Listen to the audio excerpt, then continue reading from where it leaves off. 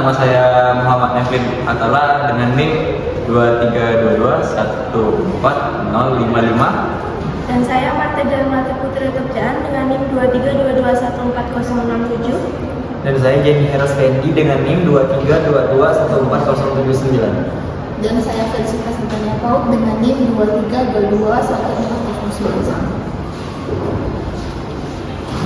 Jadi yang pertama kita harus mengetahui apa itu yang dimaksud dengan matematika ekonomi, dan ini akan dijelaskan oleh teman saya di sini. Jadi apa itu matematika ekonomi? Matematika ekonomi merupakan bagian matematika terapan dari matematika murni. Topik-topik matematika murni sering digunakan dalam ekonomi dan bisnis oleh para ahli ekonomi dan menyelesaikan masalah-masalah ekonomi. Dengan demikian, matematika murni dapat diaplikasikan dengan berbagai ilmu ekonomi, sehingga matematika ekonomi dapat digunakan sebagai analisis dalam perencanaan, pembelian, penjualan, permintaan, penawaran, bahkan ilmu audit keuangan publik dalam perbankan. Nah, yang kedua ada fungsi nonlinear. Fungsi nonlinear merupakan bagian yang penting dalam matematika ekonomi.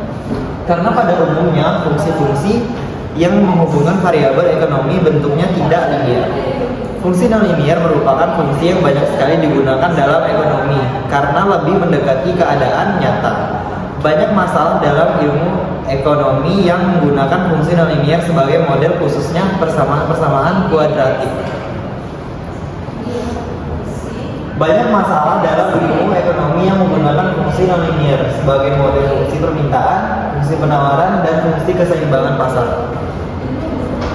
Contoh persamaan non-linear yaitu yang pertama adalah fx sama dengan 3x kuadrat ditambah 3x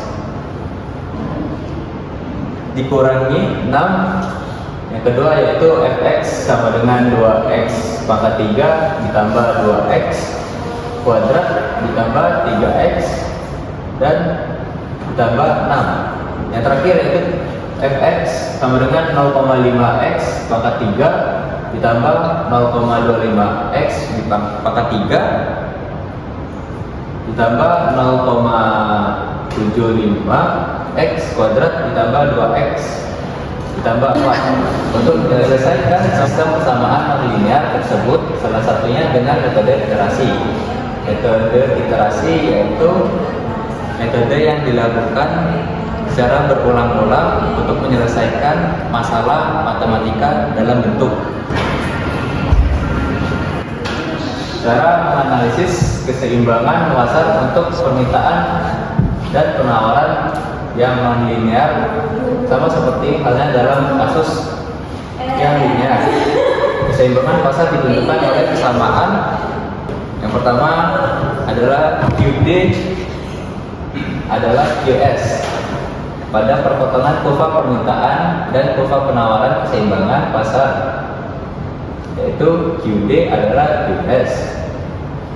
QD adalah jumlah permintaan, QS jumlah penawaran, E adalah titik keseimbangan, PE adalah harga keseimbangan, dan terakhir QE adalah jumlah keseimbangan.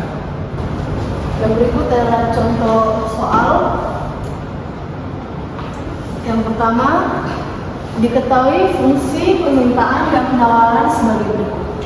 QD sama dengan min 7 ditambah P kuadrat dan QS sama dengan 25 dikurangi P kuadrat. Hitung jumlah barang dalam keseimbangan pasar. Rumus keseimbangan pasar adalah QD sama dengan QS. Maka menjadi min 7 ditambah P kuadrat sama dengan 25 dikurangi P kuadrat. Setelah itu kita pindah ruas, min 7 pindah ke kanan menjadi 2P kuadrat sama dengan 32. Setelah itu P kuadrat sama dengan 16. QS sama dengan 25 dikurangi P kuadrat. QE sama dengan 25 dikurangi P-nya diganti menjadi 4 dari akar 16. Maka QS sama dengan 25 dikurangi 4 dikali 2. Setelah itu QS sama dengan 25 dikurangi P kuadratnya adalah 16 menjadi QS sama dengan 25 dikurangi 16 sama dengan 9, dan P-nya adalah akar dari 16 yaitu 4. Jadi jumlah barang dalam keseimbangan pasar adalah 9. Baik, contoh yang kedua yaitu jika fungsi permintaan adalah P sama dengan 16 kurangi Q kuadrat, gambarlah fungsi permintaan tersebut dalam satu diagram. Jadi penyelesaiannya jika Q sama dengan 0 maka P sama dengan 16. Nah, sehingga titik potong suhu P adalah 0,16. Jika P diganti sama dengan 0, maka 0 sama dengan 16 kurangi Q kuadrat. Q kuadratnya dipindah luas menjadi Q kuadrat sama dengan 16. Jadi didapatkan Q1 plus 4 dan Q2 min 4 dari akar dari 16. Jadi titik potong dengan suhu Q adalah 4,0 dan min 4,0. Jika Q3, maka Q-nya yang ini kita ganti dengan 3. Jadi 16 dikurangi 3 kuadrat sama dengan P sama dengan 7. Sehingga titik koordinatnya adalah 3,7. Contoh yang ketiga, harga jual produk yang dihasilkan oleh sebuah perusahaan adalah 200.000 per unit. Tunjukkan persamaan dan kuota penerimaan total perusahaan ini.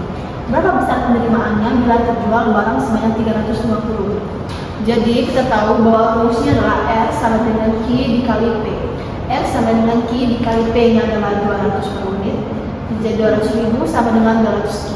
Dan kita ganti apabila Q-nya menjadi 350, maka R sama dengan 200-nya adalah Q-nya adalah 200 dan dikali dengan P adalah 350 menjadi 70.000. Persamaan non-linear dapat diartikan sebagai persamaan yang tidak mengandung syarat seperti persamaan linear, sehingga persamaan non-linear dapat merupakan persamaan yang memiliki pangkat selain 1, misalnya X pangkat 2.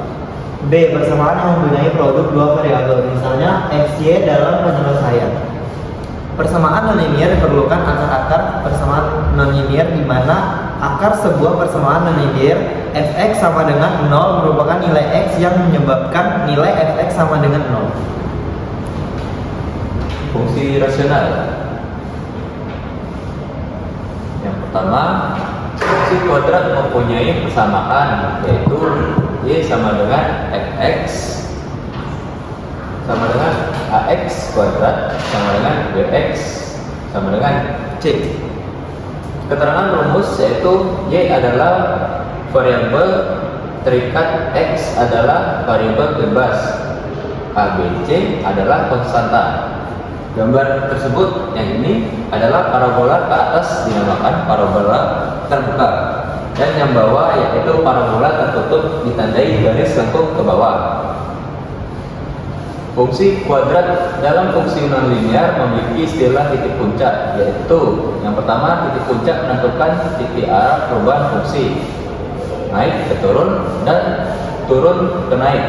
Yang kedua yaitu titik puncak adalah titik paling bawah atau dasar dari parabola. Yang ketiga, jika parabola terbuka ke atas, titik puncak tersebut dinamakan titik minimum.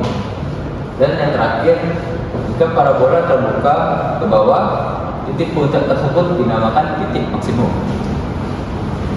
Setelah itu kita harus mengetahui apa rumus dari titik potong, yaitu min B plus minus akar B kuadrat dikurangi 4AC per 2A. Sedangkan rumus titik puncak yaitu min B per 2A dikurangi B kuadrat dikurangi 4AC per 4A. Contoh studi kasus, jika fungsi kuadrat Y sama dengan X kuadrat dikurangi 8X tambah 12 adalah titik puncak dan gambarlah parabola. Diketahui X sama dengan 0, Y sama dengan 12, maka Y sama dengan 0 dikali 2 dikurangi 8 kali 0 ditambah 12 sama dengan 12, dan titik potongnya adalah 0,12. Nah, yang pertama kita cari titik potongnya. Diketahui bahwa rumusnya adalah min B plus minus di akar B kuadrat dikurangi 4AC per 2A. Ketahui bahwa B nya adalah min 8, maka masukkan dalam rumus menjadi min negatif 8 ditambah B nya ada 8 dikuadratkan jadi akar 8 kuadrat dikurangi 4AC nya adalah 4 dikali 1 dikali 12 per 2A nya adalah 2 dikali 1. Maka hasilnya adalah menjadi 8 ditambah akar 64 dikurangi 48 per 2. Nah, X1 nya adalah 8 ditambah 4 per 2 sama dengan 6, dan X2 nya adalah 8 dikurangi 4 per 2 sama dengan 2, maka hasil dari titik potong dari studi kasus tersebut adalah 6,2. Yang berikutnya adalah mencari titik puncak, yaitu kita tahu bahwa rumusnya adalah negatif min B per 2A dikurangi B kuadrat dikurangi 4AC per 4A. Jadi B nya 8 dan 2A adalah 2 dikali 1. Maka 8 per 2 dikali 1 dikurangi B kuadrat dikurangi 8 kuadrat, yaitu 64 dikurangi 8 per 4. Hasilnya adalah 4,54. Jadi ini adalah grafik parabola. Oke. Berdasarkan contoh-contoh studi kasus tersebut dapat disimpulkan bahwa matematika adalah alat yang digunakan sebagai pendekatan untuk menganalisis masalah perekonomian, di mana seorang ahli ekonomi untuk menyatakan permasalahan akan menggunakan simbol matematis. Demikian presentasi dari kami yang membahas tentang artikel 2. Sekian dan terima kasih. Dadah.